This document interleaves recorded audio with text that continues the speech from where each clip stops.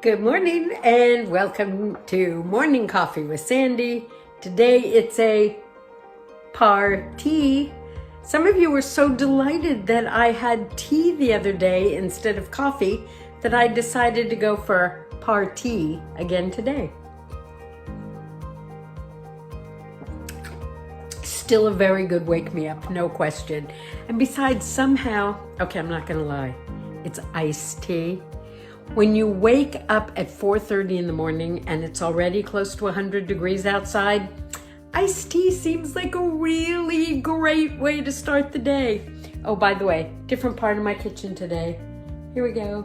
Oh, can you read what's on my microwave there?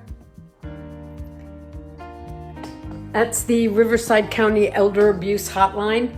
I keep it there for when my children visit, just in case. You know what I mean? I know you know what I mean. So let's see. Should we start with a celebrity today? Yeah? Okay. Okay, this one's actually kind of cool because I went to a political rally years ago and it turned out that the speaker was Cary Grant's son. I guess he was running for some kind of office at the time. I'd never heard of him, although he looked very much like his father. Very, very nice looking man. And I went over and introduced myself. We chatted for a while. Now that wasn't my celebrity meeting, but about 2 years later, I happened to be at Disneyland and I was in one of the shops at Disneyland with my grandmother, who was then probably close to 90 years old, just as cute as a button, and a huge Cary Grant fan. And I was walking around the store with her, and who do I bump into but Cary Grant? I mean, like literally bumped in to Cary Grant, like bumped. And I'm trying to get my grandmother's attention because I know how much she loves Cary Grant, right? I couldn't get her attention and I didn't want to make a scene, but I didn't want her to miss Cary Grant. So I had no choice, right? I had to talk to him. So I said, Cary Grant, you are as handsome in person as you are on the screen. I'm delighted to see that. And he got like so puffed up, like nobody ever said that to him before. The man was gorgeous.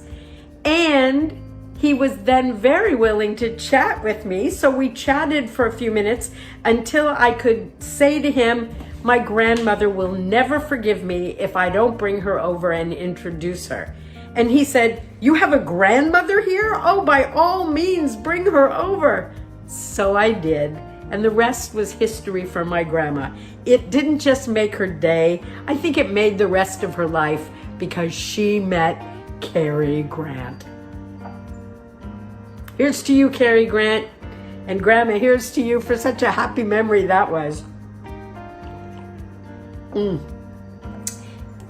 Yesterday, it was almost 120 again. I have no idea what's going to happen today, but I can tell you it's not going to be cool. It is not going to be cool. So I was thinking what I'd like to do, if you don't mind, is read you something from How to Be Happy and Grateful Even in Quarantine, because I think it's so fitting for the way things are going right now. So you'll forgive me if I put on my reading glasses. So first it says up here, it's okay to feel however you feel and whatever you feel. You know, sometimes people like this girl, who is like known for being in a terrific mood all the time. Sometimes when I don't feel really good, it's really hard for me to be with that. So this is as much for me as it is for you. There's so much more, but you can start with these. Yep, we're in the midst of some very strange times, unexpected circumstances, and never before events. We're experiencing a whole array of emotions. Some of those emotions may not feel entirely comfortable. Some of them may feel downright awful. There may be a temptation to cover them up, to hide from them, to deny them. Please, don't. And what the advice says here in the word art is, say yes to each and every emotion. That's the way the healing begins.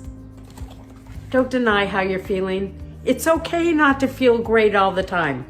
And by the way, you might want to remind me of that now and then. You feel how you're feeling. Let all the emotions in. Good ones, ones you think are bad, because sometimes those are the most important ones to acknowledge. Party, my friends, party. See you tomorrow.